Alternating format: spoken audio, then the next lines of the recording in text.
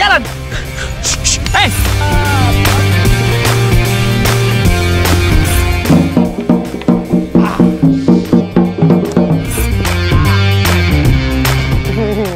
Nggak sehat. Makan.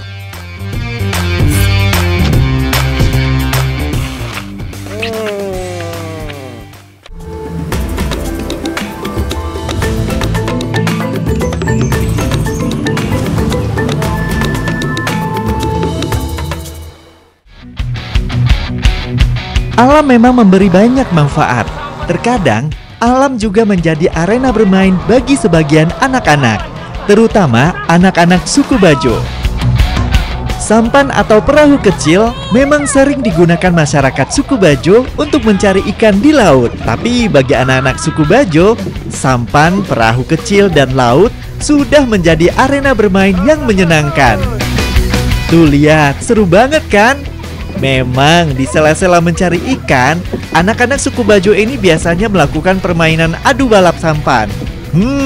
Kayaknya aku merasa tertantang nih. Jadi pengen coba gimana rasanya adu balap sampan melawan anak-anak suku Bajo. Wah, anak negeri, perahu atau sampan ini biasanya digunakan oleh anak-anak suku Bajo untuk mencari ikan. Tapi untuk hiburan mereka, biasanya digunakan untuk balapan sampan atau balapan perahu ya. Iya toh? Ayo sudah kita balapan nih. Angkat. Ayo angkat. Perahu sampan yang dipakai lomba memang jenis sampan yang kecil seperti ini. Sampan ini lebih sederhana dan cenderung memiliki dasar yang lebih datar, berbeda dengan perahu yang dasarnya lebih cekung.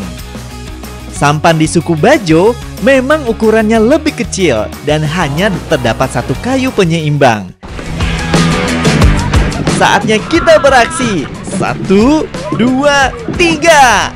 Ayo meluncur. Ayo yang semangat dayungnya. Karena sampan ini kecil, jadi hanya muat 3 anak kecil dan 2 orang dewasa.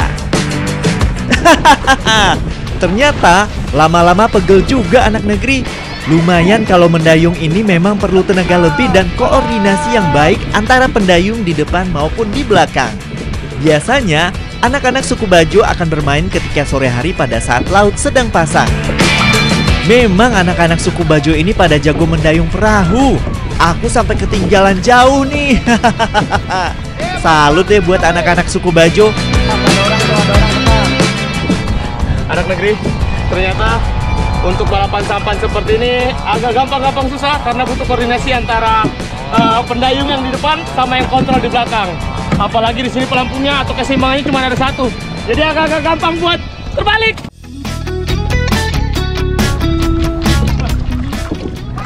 Sudah beberapa kali coba, ternyata hasilnya kalah-kalah juga. Memang selain jago menyelam, anak-anak suku Bajo ini mahir dalam mendayung perahu. Wajar sih kalau banyak yang bilang anak-anak suku Bajo merupakan anak-anak laut. Tapi habis mendayung, ternyata selain bikin capek, juga bikin lapar. Sudah ya anak-anak, lombanya. Aku mau cari makan dulu nih.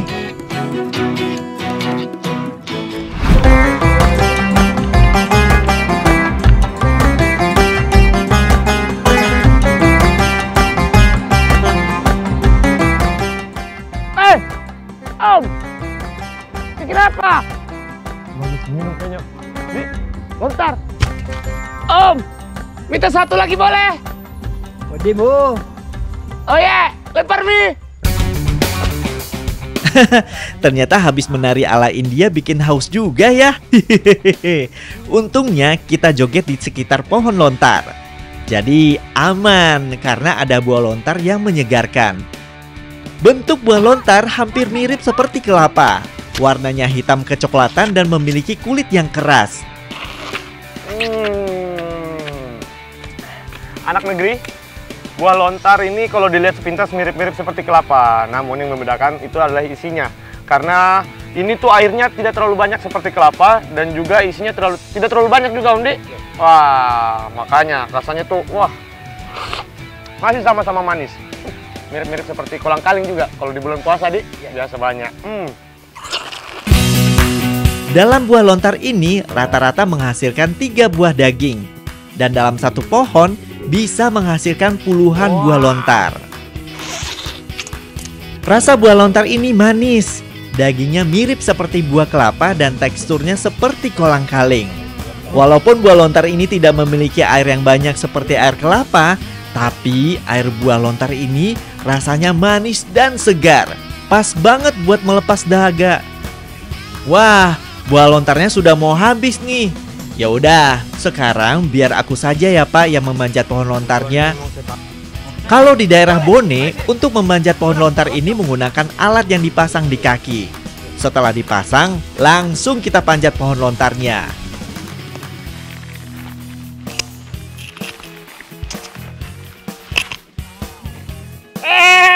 Tidak bisa. Sudah cukup. Aduh.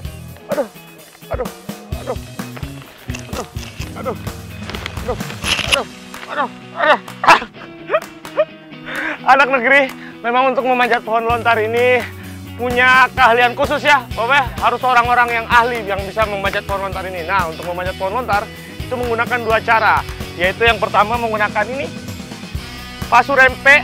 Nah, ini seperti ikatan yang terbuat dari batang daun lontar, dan yang satunya lagi menggunakan tangga atau tendreng. Menggunakan tendreng, kayaknya saya lebih cocok menggunakan tendreng saja. Kalau gitu, aku serahin saja deh sama ahlinya. Wah, memang beda kalau sama ahlinya. Sekali memanjat, langsung cepat menuju atas pohon.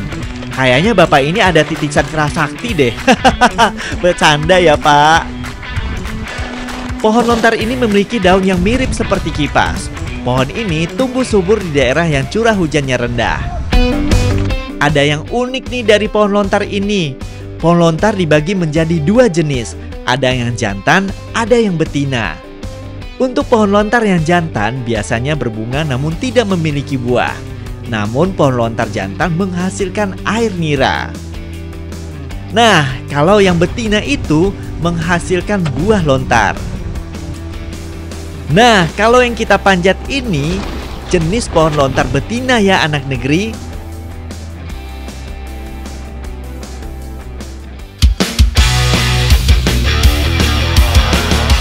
Sekarang kita buat kapal. Iya, beneran buat kapal kok. Di sekitar pasir pantai daerah Bajo ini banyak yang membuat perahu ini. Berbeda dengan di Bulukumba. Para pengrajinnya membuat kapal penumpang yaitu perahu pinisi.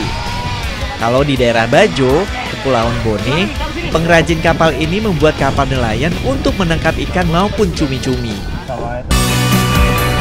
Untuk membuat satu kapal ini diperlukan 4-7 bulan, tergantung besarnya kapal dan jumlah pekerjanya untuk membuat kapal. Untuk membuat kapal atau perahu yang bagus, harus memakai bahan kayu yang kuat. Contohnya, untuk membuat kapal pencari ikan tongkol ini, menggunakan bahan kayu besi. Kayu ini kuat dan tidak mudah hancur. Setiap bagian kapal harus dikerjakan dengan teliti dan hati-hati. Setiap kayu akan direkatkan satu sama lain agar dapat kuat menerjang laut. Anak negeri, Sulawesi Selatan memang menghasilkan banyak pelaut-pelaut handal. Apalagi di Semenanjung atau pesisir-pesisir Sulawesi Selatan itu banyak tempat pembuatan kapal. Sama seperti di Bajo ini, pembuatan kapal pagae atau kapal nelayan, kapal mencari ikan. Di Bulukumba juga ada di sana pembuatan kapal pinisi. Nah, pinisi ini biasanya digunakan untuk penumpang ya, abang buat jalan-jalan kayak begitu. Memang, daerah Sulawesi Selatan ini banyak melahirkan pelaut-pelaut tangguh. Hal ini terbukti dengan banyaknya kapal atau perahu yang dibuat di daerah Sulawesi Selatan.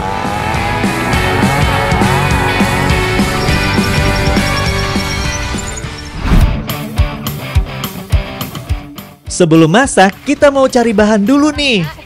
Di daerah Kecamatan Taneta Riantang Timur ini, memang banyak tanaman maupun sayuran yang ternyata bisa dimakan. Tumbuhan yang mau kita cari biasanya tumbuh di sekitar persawahan dan perkebunan. Sini. Kiri. Ini. Bukan. Terus yang mana?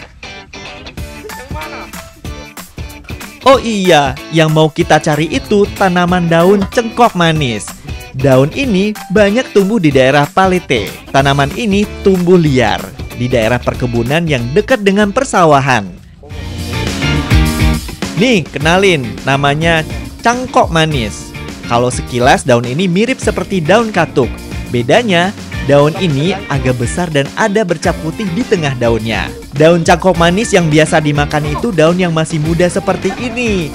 Kalau daun tua akan berwarna hijau pekat. Kalau daun yang tua tidak bisa dimakan ya, karena rasanya yang pahit. Nah, daun muda ini yang bisa dimakan.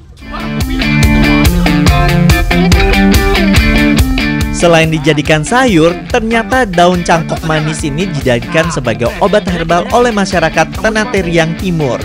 Dari dulu, daun cangkok manis muda ini dipercaya untuk mengobati sakit perut maupun gangguan pencernaan.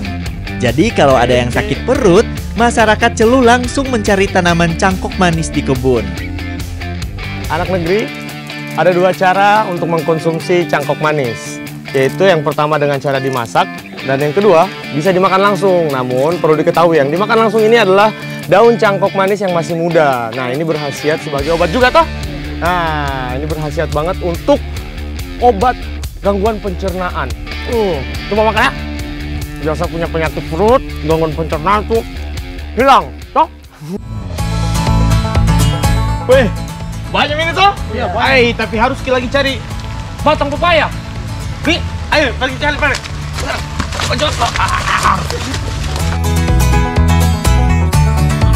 Mungkin di daerah lain banyak pohon pepaya, tapi yang biasa dicari kan bukan buah dan daunnya. Nah, kalau kita beda nih. Yang mau kita cari yaitu batangnya. Pohon pepaya mirip seperti pohon pisang di mana di setiap bagiannya bisa dimanfaatkan maupun diolah menjadi makanan. Kalau mengolah daun maupun buah pepayanya sih sudah biasa banget ya. Tapi kalau batangnya, ini baru unik banget anak negeri. Langsung saja kita tebang pohon pepayanya. Memang untuk mendapatkan batang muda pepaya ini harus menebang 1 pohon pepaya. Soalnya bagian batang muda pepaya ini ada di bagian pucuknya. Jadi yang bisa diolah bukan batang yang keras ini ya, melainkan batang muda di pucuk pohon pepaya. Anak negeri, yang diolah dari pohon pepaya bukan cuma buah dan daunnya, tapi ini dia, pangkal pohonnya juga. Itu bisa dimakan dan diolah menjadi masakan juga ya, Mon? Wih, rasanya seperti apa itu, Dik? Kayak ubi, bukan? Bukan? Kalau gitu kita masak anak negeri. Ayo, angkat nih!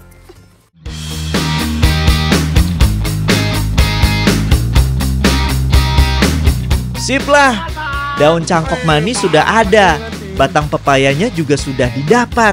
Sekarang kita pulang ke desa yuk, buat cari tahu cara mengolah 2 bahan ini. Hai, ani malah mau bu coba. Oh, Lo iya. sandrai do keliki. Ya, potong-potong dulu berarti? Iya. Kalau di daerah Celuh, batang pepaya dan daun cangkok manis bisa dibuat olahan batang kaliki sambal cobe. Bikinnya gampang anak negeri. Untuk bahan utamanya ada daun, buah, dan batang muda pepayanya. Semua bahan tadi dipotong menjadi lebih kecil. Untuk daun pepaya bisa langsung dipotong seperti ini. Kalau semua sudah dipotong, tinggal kita rebus dengan air yang mendidih.